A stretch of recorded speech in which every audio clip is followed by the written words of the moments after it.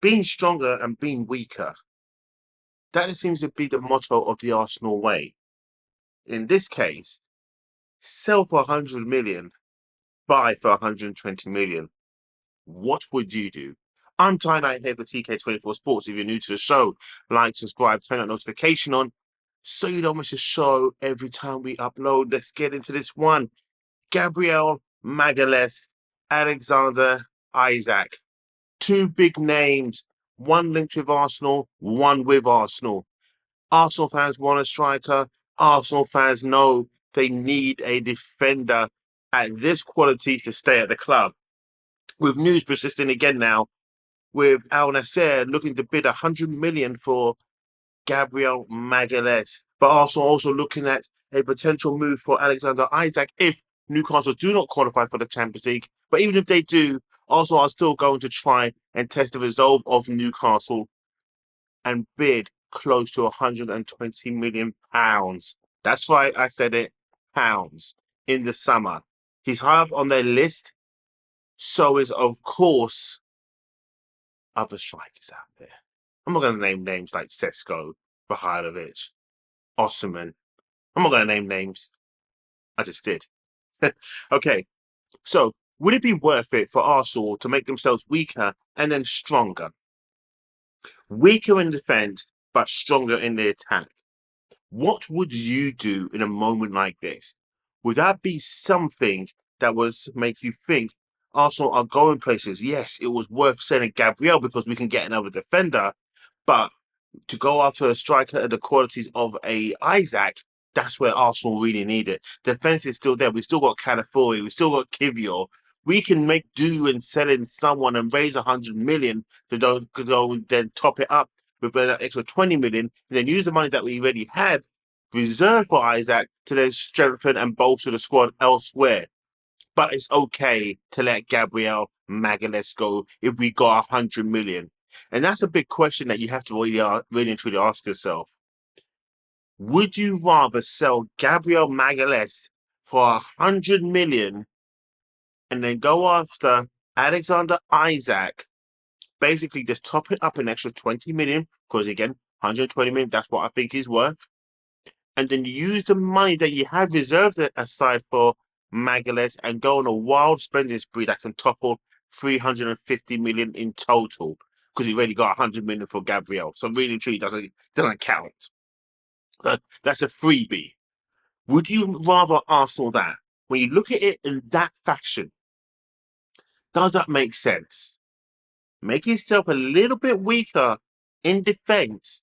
You still got Saliba, you still got White, you still got Timber, you still got Calafore, you still got Kivior, you still got, if he stays, Zinchenko, you got Tommy Brokenasu. You have a load of other options. But you bring in Gabriel, you bring in Alexander Isak, who's something that Arsenal do not have. A striking power, a phenom, a menace. That could catapult Arsenal closer to the Premier League. But the reason why I say closer and not over the line is because to do that, you've got to potentially make yourself weaker. And I say potentially, doesn't mean it has to happen. Because I still think Arsenal could get over the line and not sell Gabriel. But if they did have to go that route, and if it did come to that point, well, we have to really and truly raise more money to bolster the whole team, not just in striker. So do we sacrifice, and would you sacrifice Gabriel Magalhães to go after Isak and strengthen other areas of the team in midfield, in the attacking line of the left wing or right wing, an attacking midfielder? But you sacrificed Gabriel Magalhães to bring in, let's call it this. To bring in 4, you sacrifice 1.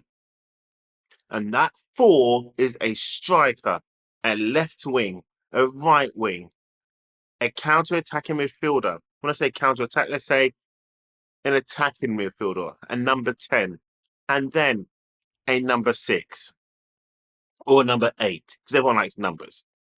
So if you sold Gabriel, but you can bolster the squad, and I mean really bolster, would you do it? Would it make sense?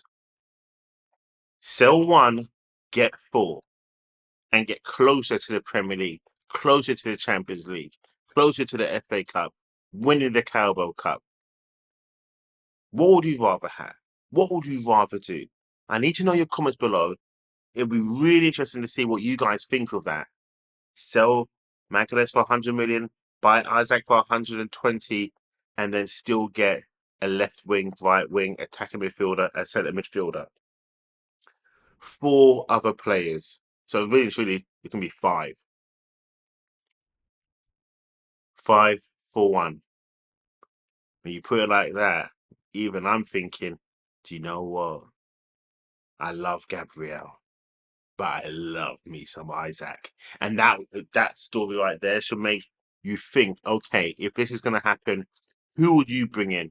Who would be behind your Isak? Who would be your left winger, your right winger, your number 10, and your left-sided midfielder?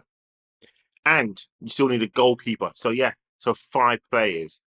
Who of those 5 players would it be? Again, you got Isak. So behind Isak, you need a left winger, a right winger, an attacking midfielder, a left-sided midfielder, and a goalkeeper. So 5 players. Who are you going to bring in behind Isak by selling Gabriel Magalhães? It's quite crazy.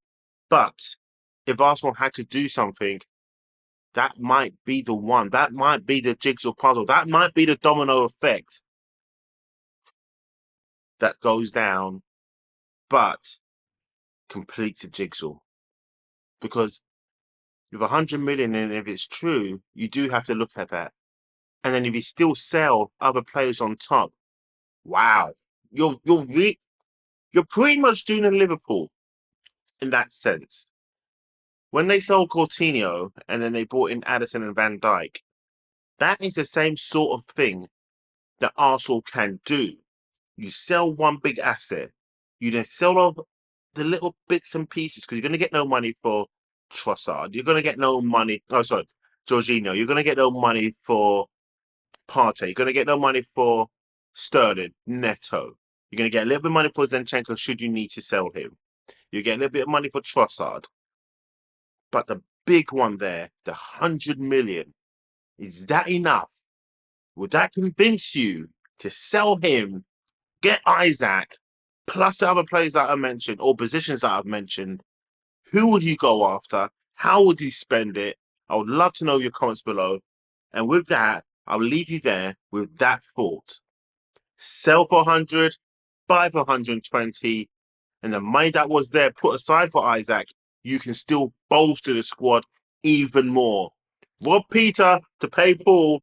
Woo! I would love to know your comments below. Have a great day.